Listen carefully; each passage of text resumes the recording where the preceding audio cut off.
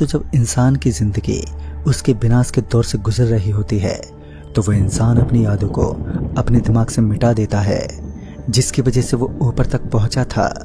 रात का वक्त था, धुंध और कोहरा जोर से छाया हुआ था। सर्दी के मौसम में लोगों में उतावलापन कुछ ज्यादा ही होता है। बस स्टैंड पर भारी भरकम लोगों की भीड़ थी और सभी लोग बस के इंतजार में थे। अंकित नाम का एक लड़का उस बस डिपो की रखवाली करता था, या फिर ऐसा कहें कि जिसने इस बस डिपो को बनवाया था। अंकित उसी अधिकारी का एकमात्र पुत्र था, जिस वजह से बचपन से ही लाडला होने की वजह से वो अपनी मनमानी करता। जो चाहे वो करने का उसे अधिकार प्राप्त था, क्योंकि उसके परम पूजनीय पिता उसे किसी भी हरकत करने पर दंड या फिर डांट नहीं लगाते थे, जिस वजह से प्रतिदिन उसकी क्रियाओं में उद्दंडता बढ़ती जा रही थी। आज तो उसने हद ही कर दी थी, जब बस डिपो के अंदर एक खूबसूरत लड़की को छेड़ने के बाद उसने एक दंगा सा मचा दिया। लेकिन सही समय पर पुलिस ने झगड़े पर रोक लगा दी। उस बस डिपो के अंदर जितने लोग यात्रा करने के लिए तैयार रहते थे, तो उससे ज्यादा लोग अंकित के दोस्त थे, जो उसके लिए कभी भी जान गंवाने तक तैयार रहते थे। कभी कभार मनुष्य की जिंदगी में कुछ ऐसी खौफनाक चीजें घट जाती हैं जो न केवल मनुष्य को गलत रास्तों की पटरी से उतारती हैं, बल्कि उसे एक सीख भी प्रदान करती है। सच में आज अंकित का तो दिमाग खराब ही हो चुका था। रात के करीब 9 बजने को आए थे और ठंड के समय में उसके सारे दोस्त अपने घर लौट चुके थे। वैसे तो अंकित बस डिपो के अंदर दाखिल होने के लिए कॉलेज का बहाना लेता था, लेकिन वो कहते हैं ना, जब इंसान की क्रियाएं बुरी आदतों से बहुत ज्यादा ऊपर हो जाती हैं तो भगवान उसे एक दंड अवश्य प्रदान करता है। वैसे तो अंकित बजरंगबली का काफी बड़ा भक्त था, लेकिन अपनी गंदी क्रियाओं की वजह से शहर के सारे लोग उससे नफरत करते थे। जहां पर लोगों को अंकित के होने का एहसास होता था तो उसकी निंदा होने लगती और साथ ही लोग उसे मारपीट के नजारे से देखा करते थे। लेकिन एक बड़ा आदमी होने के नाते अंकित पापा का खौफ पूरे शहर में झलकता था। वो जब चाहे उस इंसान को आसानी से शमशान घाट का रास्ता दिखा सकते थे। यह एक बड़ी वजह थी कि आज तक अंकित को कोई छू नहीं पाया। लेकिन बुराई के साथ साथ इंसान जब पापों को भी अपना लेता है तो उस इंसान का अस्तित्व खतरे में पड़ना एक लाजमी सी बात है। अंकित काफी देर से बस डिपो की एक सीट पर बैठा था, लेकिन अभी तक उसका इंतजार खत्म नहीं हुआ, क्योंकि वो किसी लड़की की तलाश में था। लड़कियों को अपनी गंदी नजरों से देखने के कारण बड़ा ही लोफर भी लगता। अब रात के करीब 9:15 बजे एक बस आने वाली थी। अंकित ने सुना था कि अमूमन उस बस के अंदर सवारियों की बेहद कमी होती है। फिर उस डिपो के अंदर एक लड़की नजर आई। उस लड़की के शरीर और उसके चेहरे को देखते ही अंकित उस लड़की के ऊपर फिदा हो गया। पहली बार उसके दिल में कुछ अजीब सी हलचल हो रही थी। वो उसे कुछ देर तक देखता रहा और बाद में वो लड़की अंकित के बगल में पड़ी एक बेंच पर आकर बैठ गई। अंकित इस समय बेहद खुश था, तो दूसरी तरफ आज उसे पहली बार शर्म का भी एहसास हो रहा था। इतने में उसे बस डिपो के अंदर वो काले कलर की बस आती हुई दिखी, जिसके अंदर सिर्फ 2 लोग थे। एक वो जो बस ड्राइव कर रहा था और दूसरा जो कंडक्टर के नाम से विख्यात होता है। अंकित ने उस लड़की को अपने करीब बैठा देख हल्की सी आवाज में पूछते हुए कहा, आप इतनी रात पर कहाँ जाने वाली हैं? तो उस लड़की ने बताया कि वो सुजानगढ़ जाएगी। सुजानगढ़ का नाम सुनते ही अंकित की आंखें फटी की फटी रह गई, क्योंकि ये एक ऐसा गांव था जहां पर जाना सख्त मना था।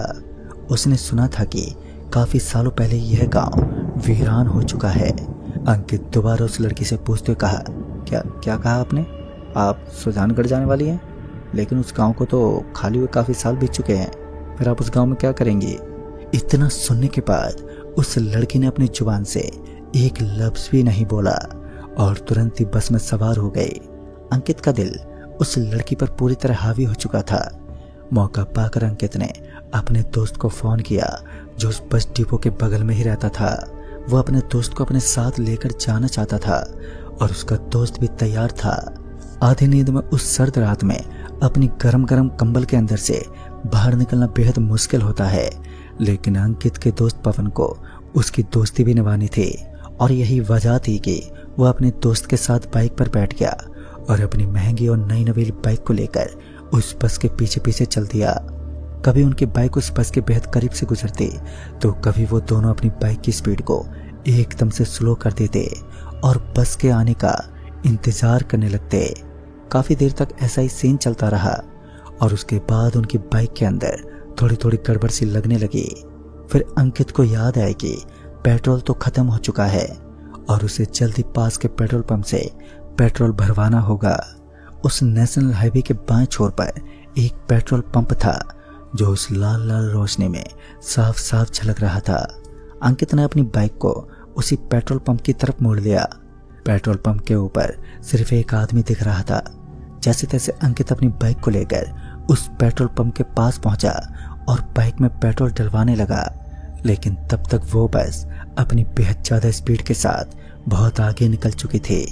हालांकि उसका दोस्त पवन अभी भी बस के ऊपर अपनी नजर गड़ाए था। पवन के अनुसार बस करीब 100 मीटर दूरी तय करने के बाद बाएं तरफ मुड़ चुकी थी। लेकिन अंकित इस बात को मानने को तैयार नहीं था क्योंकि उस दिन कोई रास्ता ही नहीं था। इतने में अंकित को एक बार के लिए ऐसा एहसास हुआ कि कोई उसकी बाइक की टंकी पर जोर जोर से अपना हाथ पटक रहा है। लेकिन देखने पर पता चला कि वहां पर तो कोई नहीं था। अंकित अपनी पागलपंती पर हल्का सा मुस्कुराया और उसके बाद वापस बाइक ड्राइव करने लगा। फिर उसने वही रास्ता चुना जो पवन ने बताया था और असल में वहां एक रास्ता भी था। और कुछ देर स्पीड से चलने के बाद उसे वो बस भी नजर आने लगी और उस बस में बैठी वो लड़की बस की खिड़की से झांकते हुए पीछे की तरफ ही देख रही थी। अंकित बेहद खुश था क्योंकि वो लड़की सामने से चलकर उसका इंतजार कर रही थी। खैर अब बस का कोई मालूम नहीं था कि वो किस तरफ जाने वाली है और उसका लक्ष्य क्या है, क्योंकि अंकित पूरी तरह से अनजान था कि उस बस का सफर किस गांव में जाकर खत्म होता है। अंकित उस बस के पीछे पीछे लगातार अपनी बाइक से ड्राइविंग करता रहा। अंकित को यह भी ज्ञात नहीं था कि वो अंततः किस स्थान पर पहुंच गया है। फिर एक बार ऐसा समय भी आया जब उस बस ने एक तेज रफ्तार पकड़ ली। बस ने इतनी ज्यादा तेज रफ्तार पकड़ ली थी कि बस देखते ही देखते अंकित की आंखों से ओझल हो गई। सामने से उड़ने वाला धुआं जिसके कारण अंकित की आंखें भी अब बंद हो गई थी। फिर पता नहीं वो बस किस तरफ गई, ये किसी को नहीं पता। लेकिन जब उसने अपने आसपास के नज़ारे को इमेजिन किया तो उसे एहसास हुआ कि अब वो इस समय एक बड़े संकट में है। चारों तरफ का छाया हुआ एक विशालकाय और घना जंगल, ऊपर से बिखरा हुआ ये सन्नाटा बड़ा ही डरावना लग रहा था। अंकित एक ऐसी जगह पर फंस चुका था जो भूतों से श्रापित था। इतने में अंकित को जोर जोर से चिल्लाने की आवाजें आईं। ये आवाज इतनी ज्यादा तेज थी कि अंकित को अपने कानों के दोनों तरफ अपने हाथ लगाने पड़े। साथ ही पवन भी अब सहम चुका था। पवन के हाथ पैर तो बुरी तरह से कांप रहे थे, तो दूसरी तरफ से अंकित भी बुरी तरह बेचैन हो उठा। अवश्य ही इस दर्दनाक आवाज के पीछे कोई बहुत बड़ा कांड छुपा है। यही सब सोचकर वो इधर उधर टहलने लगा। इतने में अंकित का पांव किसी चीज के ऊपर गिर पड़ा और उस चीज के ऊपर गिरने की वजह से उसे किसी लकड़ी जैसी चीज के टूटने की अजीब सी आवाज आई। अंकित एक बार फिर अपनी आंखों से नीचे का नजारा देखने लगा तो एक बार फिर उसने देखा कि हड्डियों से बना हुआ एक कंकाल जो उसके कदमों से बुरी तरह से बिखर चुका था। देखने में एक किसी मनुष्य का कंकाल लग रहा था। बस इसी पल का इंतजार था उन आत्माओं को कि कोई इंसान अपनी गंदी हरकत से इस इलाके में अंजाम दे। उसे अपने पीछे से आवाज आई, तुम लोगों ने यहाँ आकर अपनी मौत को आमंत्रित किया है। शायद तुम लोग नहीं जानते हो, इस जगह पर एक बुरी आत्मा अपनी बादशाहत कायम रखती है। इस वक्त अंकित बिल्कुल भी नहीं घबराया और एक जोशीली आवाज के साथ बोला, मेरे अलावा यहाँ कोई राज नहीं कर सकता।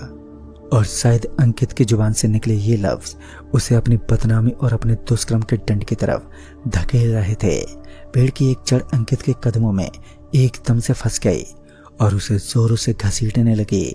जमीन पर घसीटता हुआ अंकित जोर जोर से मदद की पुकार करने लगा, लेकिन पवन को खुद बहुत ज्यादा डर लग रहा था, जिस वजह से उसके हाथ और पैर उस ठंड में जमने लगे। फिर अंकित ने एक ऐसा अकल्पनीय नजारा देखा जिसके बारे में उसने कभी सोचा तक नहीं था। उसने देखा कि लाल कपड़े पहने वही लड़की अपने खौफनाक रूप में नजर आने लगी। उस लड़की की एक आंख फटी हुई थी और उसके पैरों से खून बह रहा था। उसके 2 दांत बाहर निकले हुए थे तथा उसकी गर्दन भी नीचे की तरफ झुकी हुई थी। वो एक डरावनी सी डैन थी। फिर अंकित को एक काला काला और बड़ा सा बोर्ड नजर आया जिसके ऊपर लिखा था सुजानगढ़। और यह सब देखते ही अंकित के रंगों में दौड़ता हुआ खून एकदम से जम गया।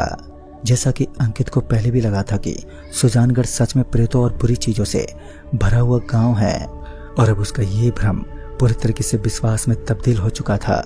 अंकित अपनी पलकें झपकाते हुए पीछे की तरफ हटता जा रहा था, लेकिन वो खूबसूरती की मोहताज दिखने वाली लड़की अब अपनी बदसूरती के साथ अंकित का शिकार करने वाली थी। उस लड़की के हाथ में एक विशाल सा छुरा था जो शायद अंकित के सीने में धंसने वाला था। अंकित का पूरा बदन जोरदार ठंड के बावजूद भी पसीने से तर हो चुका था। देखते देखते उस भयानक चुड़ैल ने वो छुरा अंकित की छाती में घोंप दिया और अंकित वहीं नीचे गिर पड़ा। शायद अंकित अपनी जिंदगी की कुछ आखिरी सांसें गिन रहा था, लेकिन सही समय पर उसके दोस्त ने कुछ ऐसे लोगों का पता लगाया जो उसकी मदद करने के लिए बेहद सही साबित हुए। उन लोगों ने जल्दी अंकित को हॉस्पिटल में पहुंचा दिया। जैसे उस खौफनाक डायन ने अंकित की छाती में वो चाकू धंसाया था तो अचानक ही वो डायन भी वहां से गायब हो गई थी, और यही पवन का सर्वश्रेष्ठ मौका था और इस तरह अंकित की जान बच पाई। लेकिन इस हादसे के बाद अंकित पूरी तरीके से सुधर चुका था। जब उसने इस घटना की सच्चाई पता लगाने की कोशिश की तब जाकर उसे पता चला कि सालों पहले उस गांव में एक खूबसूरत महिला का निवास था, लेकिन एक दिन उस महिला के चक्कर में गांव के 2 युवा लड़कों के बीच एक लड़ाई हुई और उसी लड़ाई में पूरा का पूरा गांव जलकर खाक बन गया। कहते उन लड़कों की बेवकूफ़ी ने उस गांव को शमशान घाट में तब्दील कर दिया। एक ही रात में उस गांव के सारे जने मौत के दरवाजे को खटखटाने पर मजबूर हो गए, लेकिन उस महिला पर लगे एक शराब की वजह से वो आज भी कुछ लड़कों को मोहित करती है और उसके बाद उन्हें मारने का पूरा प्रयास करती है। और दोस्तों, इसलिए कहते हैं हमारी जिंदगी हमें कभी भी कोई भी बुरी घटना एक अच्छी शिक्षा प्रदान करती है जो हमारी जिंदगी के लिए बेहद महत्वपूर्ण साबित होती है। आज अंकित पूरी तरीके से सुधर चुका है और अपनी बढ़ती उम्र के साथ उसने कई सारे मुकाम भी हासिल किए हैं जो एक साधारण आदमी के लिए कभी भी आसान नहीं होते। तो दोस्तों, इस कहानी में बस इतना ही। तब तक के लिए बाय एंड टेक केयर।